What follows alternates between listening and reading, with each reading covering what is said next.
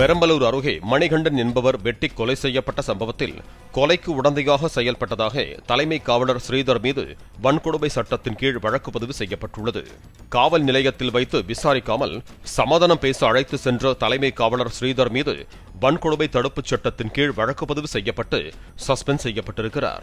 மேலும் கைகளத்தூர் காவல் நிலைய உதவி ஆய்வாளர் உள்ளிட்ட 4 பேர் பணியிட மாற்றம் செய்யப்பட்டிருக்கிறார்கள்.